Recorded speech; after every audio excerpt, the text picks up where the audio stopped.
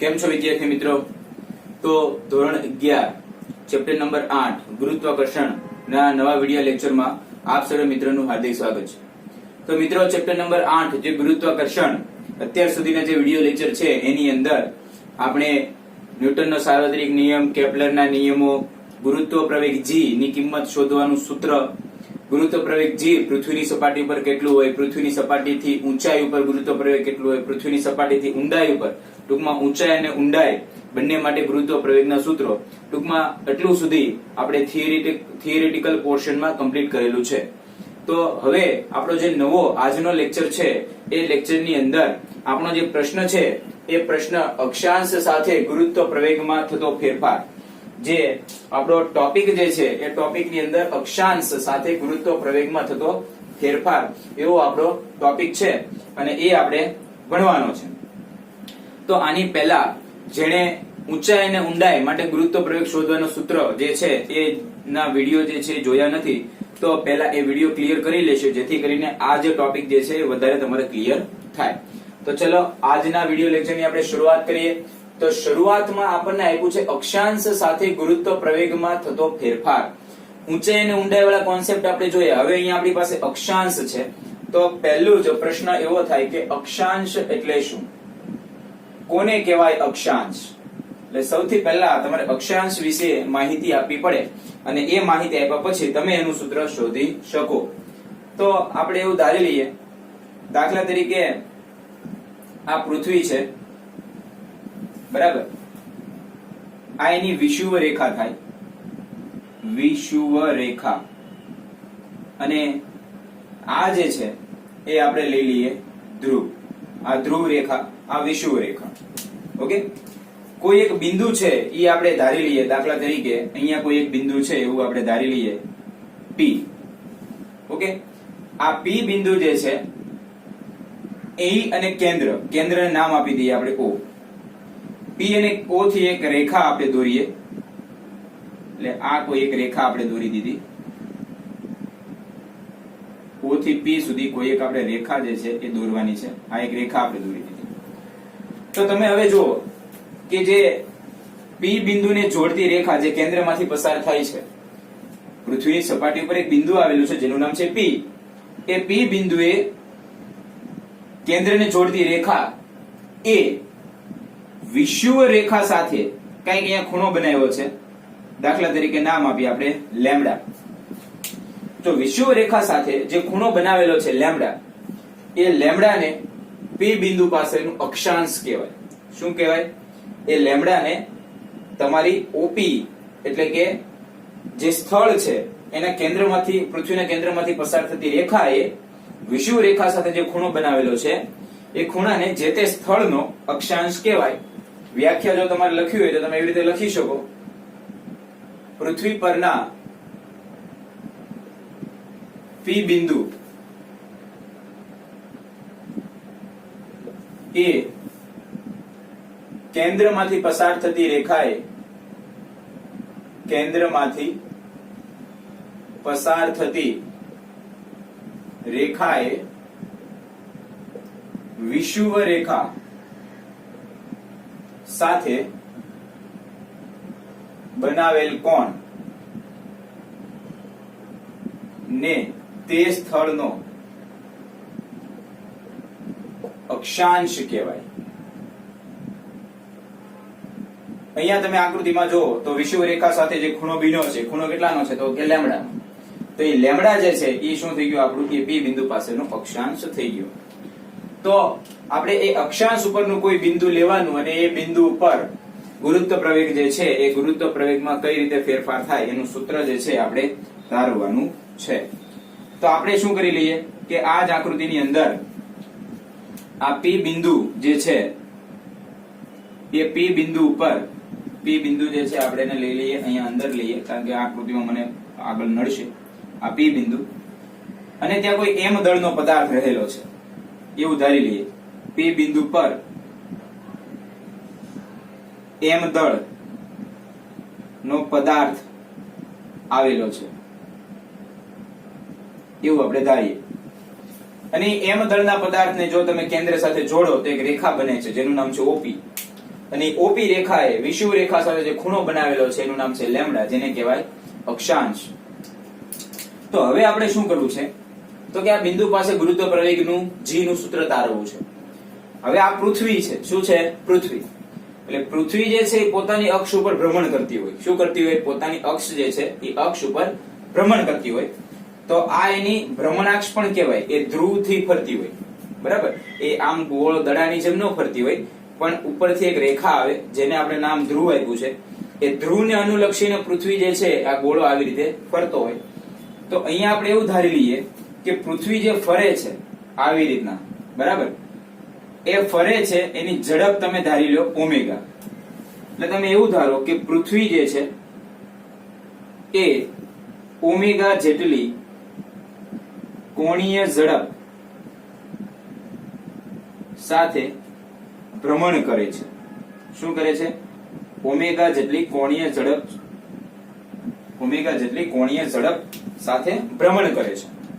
તો હવે થશે એવું કે આ પૃથ્વીનો ગોળો છે આખો, એમાં P બિંદુ આપણે અહીંયા સપોઝ કરી લીધું. તો જ્યારે આ આખો ગોળો આમ ભ્રમણ કરે ત્યારે આ P બિંદુ જે છે એ પણ શું કરે? ભ્રમણ કરે કે નહીં? ફરી વાર તમે સમજો. આ આપણે વિષુવ રેખા ધારી લઈએ. આ વિષુવ રેખા છે, બરાબર છે. અહીંયા આપણે કોઈ કણ ધાર્યો છે. અહીંયા આ કણ છે. ઓકે. હવે એવું થશે કે આખો આમ ગોળો છે. આખો શું છે? આમ ગોળો. હવે એવું છે કે આ કણ જે છે પૃથ્વી ફરે છે. તો પૃથ્વી ફરશે તો એની સામે આ કણ જે છે એ કણ પણ શું થશે? ફરશે. એટલે કણ ફરશે આવી રીતના. એટલે શું થશે તો કે જ્યાં એક કણ રહેલું છે ત્યાં એક વર્તુળાકાર ભ્રમણ કક્ષા જે છે, વર્તુળાકાર આવી રીતના ભ્રમણ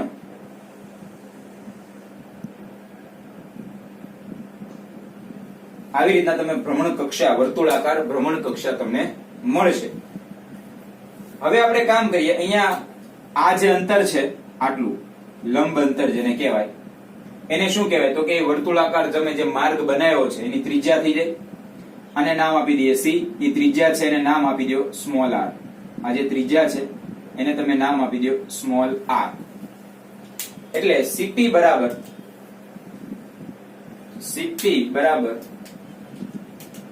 શું થયું તો કે cp બરાબર સ્મોલ r થયું. cp બરાબર શું થઈ ગયું તો કે સ્મોલ r. એ વર્તુળાકાર કક્ષા જે છે એની ત્રિજ્યા. અને OP, તો OP બરાબર આપણે શું ધારીએ છીએ? Capital R.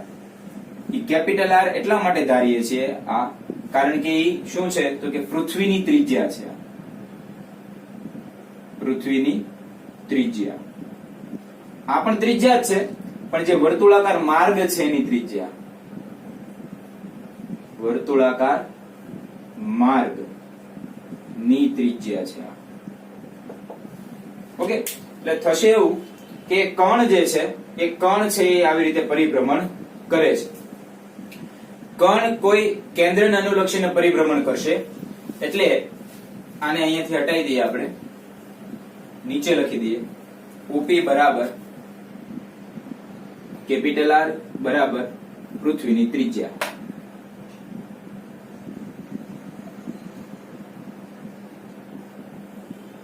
હવે આ જે સ્પીડ જે છે ઓમેગા જેટલી કોણીય ઝડપ, એ કોણીય ઝડપ તો કોન્સ્ટન્ટ છે. એટલે કણ જે છે એ પણ શું થાય? કોન્સ્ટન્ટ સ્પીડ થી વર્તુળાકાર માર્ગે ગતિ કરે છે. વર્તુળાકાર માર્ગે ગતિ કરતો હોય એટલે થાય એવું કે કેન્દ્ર બાજુ બળ લાગે, જેને તમે નામ આપ્યું છે કેન્દ્રગામી બળ. પણ એની જેવું જ પણ ઓપોઝિટ ડાયરેક્શનમાં, વિરુદ્ધ દિશામાં બળ લાગે, જેનું નામ છે કેન્દ્ર ત્યાગી બળ. P પાસે કેન્દ્ર ત્યાગી બળ, અને એ બળ જે છે કેન્દ્ર ત્યાગી બળ કેટલું થશે? કિંમત આપણે લખીએ છીએ FCF, એવું નામ આપ્યું છે. ખરેખર mv²/r શું થાય? mv²/r. પણ v ની જગ્યાએ તમે શું મૂકી શકો તો કે r મૂકી શકો. એટલે r² ω² ના છેદમાં r થઈ ગયું. એક r તમારે કેન્સલ થઈ ગયું. તો કે આ FCF કેન્દ્ર ત્યાગી બળ જે છે એ થઈ ગયું m, પછી અહીંયા ખાલી વધ્યો r અને આ વધ્યું ઓમેગા સ્ક્વેર, એટલે FCF એ થઈ ગયું mr ઓમેગા સ્ક્વેર. પણ કેન્દ્ર ત્યાગી છે. શું છે? કેન્દ્ર ત્યાગી, એટલે એની જે દિશા હશે એની દિશા કંઈક આપણને આ દિશામાં મળશે, કારણ કે કણ આમ છે, કેન્દ્રગામી બળ આ બાજુ લાગે અને કેન્દ્ર ત્યાગી બળ જે છે આ બાજુ લાગશે, અને એને અહીંયા નામ આપી દઈએ a, એટલે એની દિશા જે છે એ આ બળની દિશા P to a ની દિશા આવી રીતના હશે. P to a ની દિશા, એટલે આ જે બળ આ દિશામાં ગયું એ કેન્દ્ર ત્યાગી બળ થયું. હવે કેન્દ્ર ત્યાગી બળ જે છે એના ઘટકો આપણે વિચારીએ. શું વિચારીએ? એના ઘટકો. તો એની પહેલા આપણે એક કામ કરીએ કે આ P બિંદુ પર કણ હતો, એ કણનું દળ હતું સ્મોલ m. ઓકે, એટલે સ્મોલ m દળ હોય એટલે કેન્દ્ર બાજુ બળ લાગે, જેનું નામ છે W = mg. P કણ પર કેન્દ્ર પર લાગતું બળ, તો એ કેટલું થઈ જાય? તો કે વજન બળ mg, અને એની દિશા કઈ બાજુ આવે? તો કે કેન્દ્ર તરફ. ઓકે, એ કેન્દ્રનો સામેનો ઘટક જે છે તમે વિચારો, આ ઘટક. ઓકે, આ જે બળ તમને મળ્યું છે, આ બળ એ કયું છે? તો કે FCF છે. ઓકે, જો આ ખૂણો તમારો લેમ્ડા હોય તો ઓબ્વિયસલી આ ખૂણો બી તમારો શું થશે? લેમ્ડા. એટલે આ FCF ના બે ઘટકો બને.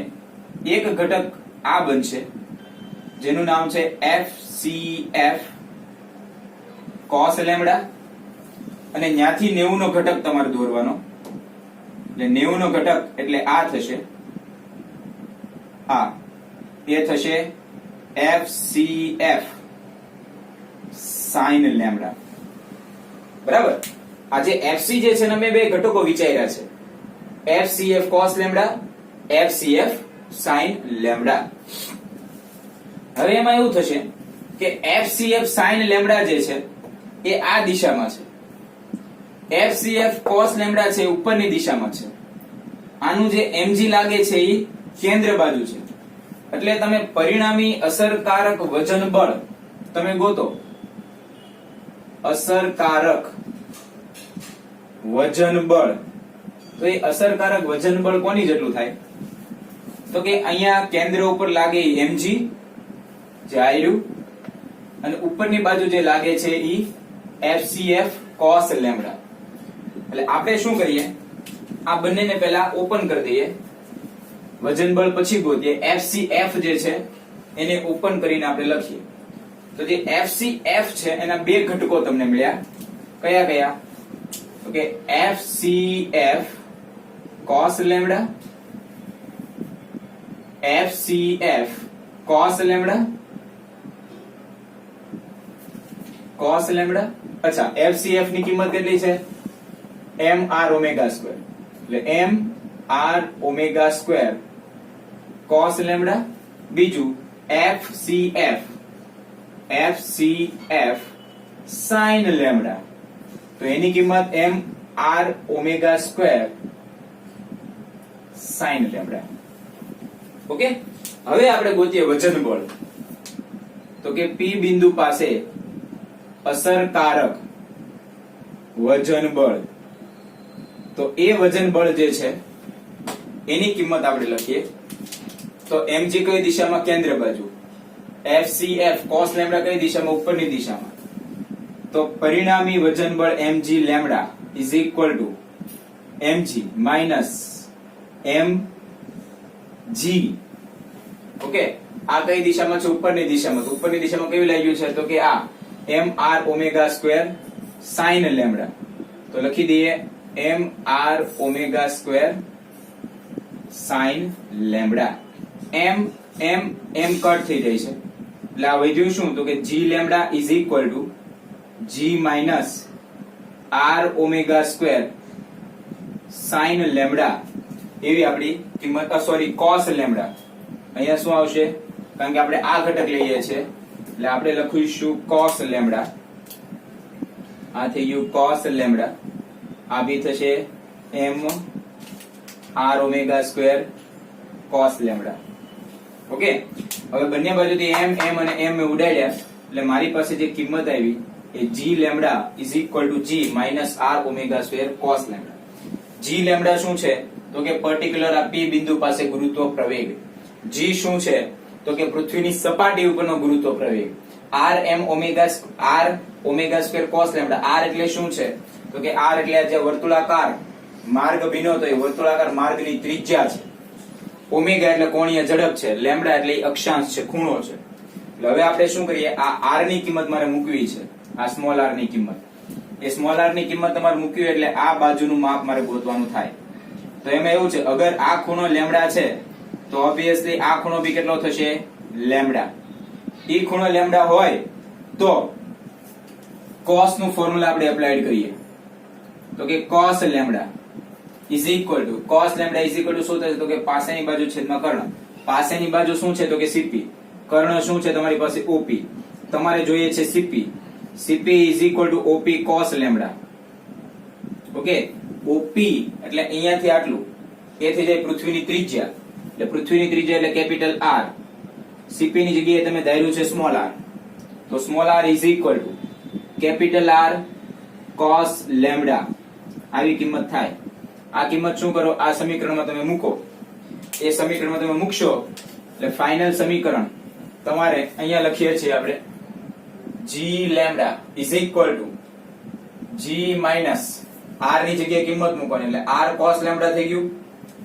અહીંયા ઓમેગા સ્ક્વેર cos લેમ્ડા તમારી પાસે છે એટલે r ની જગ્યાએ તમે કિંમત મૂકશો એટલે r ઓમેગા સ્ક્વેર બરાબર, કેપિટલ R ઓમેગા સ્ક્વેર અને cos સ્ક્વેર લેમ્ડા.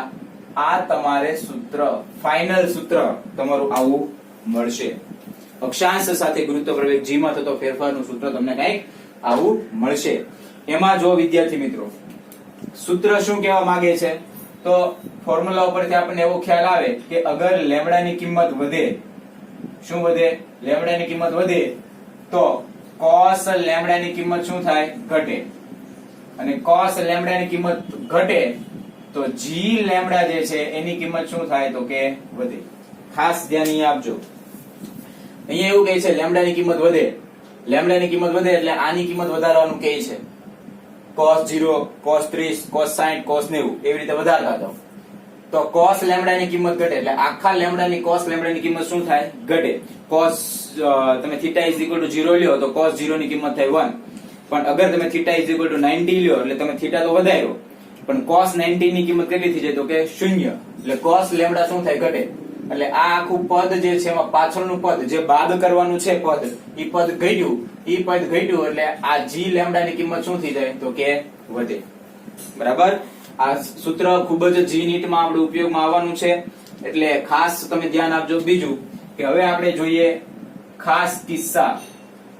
ખાસ કિસ્સા, એ ખાસ કિસ્સાની અંદર શું છે તો કે અહીંયા તમે જો આકૃતિની અંદર અત્યારે તમે જે બિંદુ ધારેલું છે અહીંયા ધારેલું છે, ક્યાં, આ બિંદુ ઉપર ધારેલું છે. એટલે અહીંયા કંઈક તમને ખૂણો મળ્યો પણ આપણે એવું કામ કરીએ કે આ P ને આપણે અહીંયા ધારીએ. ક્યાં ધારીએ, વિષુવ રેખા ઉપર ધારીએ. તો વિષુવ રેખા ઉપર હું ધારું તો આ લેમ્ડા જે છે કેવો થઈ જાય, 0. એટલે આપણે એવું લખી શકાય કે વિષુવ રેખા ઉપર,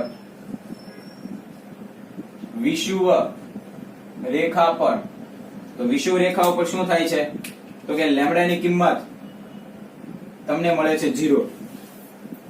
લેમ્ડાની કિંમત શું થઈ જાય, 0. તો વિષુવ રેખા ઉપર અગર તમારી લેમ્ડાની કિંમત 0 થાય તો એ સૂત્ર તમે ઉપરના સમીકરણમાં મૂકો અહીંયા. ઓકે, તો g લેમ્ડા તમને કેટલો મળશે, g lambda is equal to g minus r omega square અને cos સ્ક્વેર અને 0. cos 0 ની કેટલી કિંમત થશે તો કે 1. હવે આને g લેમ્ડા નહીં લખીશું પણ g ઇક્વેટર એવું આપણે લખીશું. એટલે cos 0 ની કિંમત કેટલી થાય તો કે 1. તો GE ઇઝ ઇક્વલ ટુ સમીકરણ શું આવશે? G minus R omega square. આ ક્યાં આવ્યું? વિષુવ રેખા ઉપર, વિષુવ રેખા પર. હવે તમે શું કરો? તો બીજું બિંદુ એવું વિચારો, તમે આ P બિંદુને પહેલા અહીંયા ધાર્યું, પછી અહીંયા ધાર્યું, હવે તમે અહીંયા ધારો P બિંદુ. એટલે ક્યાં તમે ધાર્યું છે? ધ્રુવ ઉપર. તો ધ્રુવ રેખા પર અગર તમે ધારશો તો લેમ્ડાની કિંમત કેટલી આવશે? તો કે 90. આ લેમ્ડા જે બને છે એ લેમ્ડા કેટલો બની જશે? 90 નો. લેમ્ડા 90 નો બની જાય, સૂત્રમાં તમે મૂકો તો હવે એ સૂત્રને આપણે નામ આપીએ GP, કારણ કે ધ્રુવને ઇંગ્લિશમાં P કહેવાય, pole. G minus R omega square cos square 90. cos square 90, cos 90 ની કિંમત શું થઈ જાય? તો કે 0. તો GP ની કિંમત જે છે એ GP ની કિંમત શું મળે? તો કે ખાલી G મળે. ઓકે, તો આ થઈ ગયું વિષુવ રેખા ઉપર પરિણામી અસરકારક ગુરુત્વ પ્રવેગનું સૂત્ર.